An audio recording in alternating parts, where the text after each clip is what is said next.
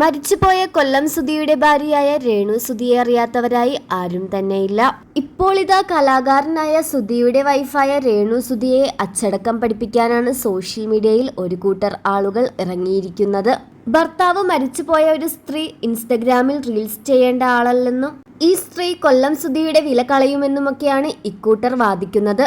എന്നാൽ കൊല്ലം സുധിയുമായി ഏറെ സൗഹൃദമുണ്ടായിരുന്ന ഒരാളാണ് മോഹൻലാൽ. രേണു സുധിയെ കുറിച്ച് മോഹൻലാൽ പറഞ്ഞ കുറച്ച് വാക്കുകളാണ് ഇപ്പോൾ സോഷ്യൽ മീഡിയയിൽ ചർച്ചാ വിഷയമാകുന്നത്. ഏത് വസ്ത്രം ധരിക്കണമെന്നും എത്തരത്തിലുള്ള വസ്ത്രം ധരിക്കണമെന്നുമുള്ളത് അവരുടെ വ്യക്തിപരമായ കാര്യമാണ്. അഭിപ്രായ സ്വാതന്ത്ര്യം എല്ലാവർക്കും ഉണ്ടെന്ന് കരുതി അതിനൊരു പരിധിയില്ലെന്ന് വിചാരിക്കരുത്. രേണു സുധി മേക്കപ്പിട്ട് വന്നത് കണ്ടിട്ട് പല്ലി മേക്കപ്പിട്ട് വന്നതുപോലെ ഉണ്ടെന്ന് ഇക്കാലത്ത് ഒട്ടും ചേരാത്ത കമന്റ് ആ വീഡിയോക്ക് താഴെ ആരോ കമന്റ് ബോക്സിൽ എഴുതിയത് കണ്ടു. എന്തിനാണ് വെറുതെ ആ പാവത്തിനെ വ്യക്തിനിക്ഷേപം ചെയ്യുന്നത്?